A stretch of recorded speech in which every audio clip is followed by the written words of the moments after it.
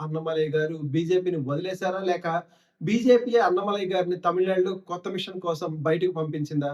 ఇది వినడానికి సినిమా కథలనిపించొచ్చు. కానీ రాజకీయాల్లో అసాధ్యం అనేది ఉండదసల.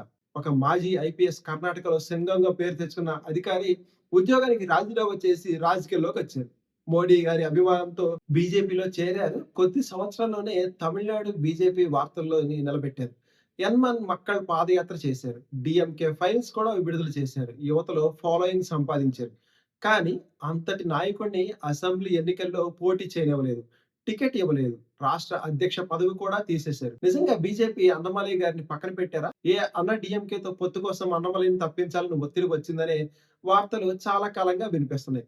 అన్నమలై గారు కూడా పార్టీతో 18 నెలలుగా విభేదాలు ఉన్నాయని చెప్పారు. తమిళనాడు ఓటర్ ఒక ప్రత్యేకమైన ఓటర్. వాళ్ళు జాతీయ నాయకుడిని గౌరవిస్తారు. కానీ ఓటు మాత్రం ప్రాంతీయ పార్టీకి మాత్రం వేస్తారు. గత 50 ఏళ్ల చరిత్రలో కాంగ్రెస్ చేయలేకపోయింది. బీజేపీ చేయలేకపోయింది. ఎందుకంటే తమిళనాడులో రాజకీయాలు తమిళ్ గుర్తింపు చుట్టూ తిరుగుతాయన్నమాట.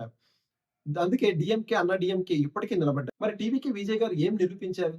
విజయ్ గారు రాజకీయాల్లోకి వచ్చిన తర్వాత ఒక విషయం స్పష్టమైంది. తమిళనాడులో మూడో ప్రత్యామ్నాయం కోసం ప్లేస్ ఉందని. కొంతమంది రాజకీయ విశ్లేషకులు కూడా టీవీకే ఎదుగుదల అన్నమలై గారిని నిర్ణయం ప్రభావితం చేసి ఉండొచ్చని చెప్తున్నారు. ఇక అన్నమలై గారు బీజేపీ పేరుతో నేను ముఖ్యమంత్రి కాలేను. కానీ తమిళ్ ప్రాంతీయ పార్టీ పెడితే అవకాశం ఉంటుందని భావించి ఉండొచ్చా? అసలు బీజేపీ డైరెక్టర్ అన్నమలై గారు హీరో థియరీ నిజమా? ఇది ప్రస్తుతం సోషల్ మీడియాలో ఎక్కువగా వినిపిస్తున్న వాదన.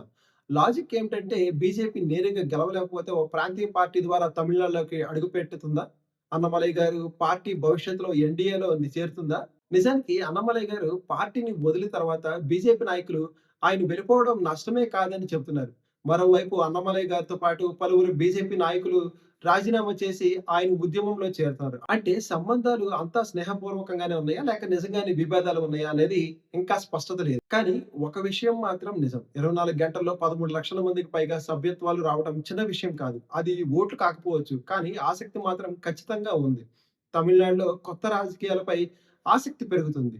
అది విజయ్ గారి వల్ల కావచ్చు, అన్నామలై గారి వల్ల కావచ్చు. లేదా డీఎంకే, అన్న డీఎంకే పై విసుగు వల్ల కూడా కావచ్చు. 2031లో కొత్త డీఎంకే, అన్నా డీఎంకేలు ఎవరు? తమిళనాడు రాజకీయాల్లో 2 కొత్త పేర్లు పెద్ద శక్తులుగా మారే అవకాశం ఉంది. అన్నమలై గారు నిజంగానే బీజేపీని వదిలేసారా? లేక బీజేపీకి సాధ్యం కాని పని చేయడానికి బయటకు వచ్చారా? విజయ్ గారు సృష్టించిన రాజకీయ స్పేస్‌ను అన్నమలై గారు కూడా ఉపయోగించుకోవాలని చూస్తున్నారా? 2031లో తమిళనాడులో అసలు పోటీ డీఎంకే వర్సెస్ అన్నా డీఎంకేనా? లేకపోతే విజయ్ గారు వర్సెస్ అన్నామలై గారా?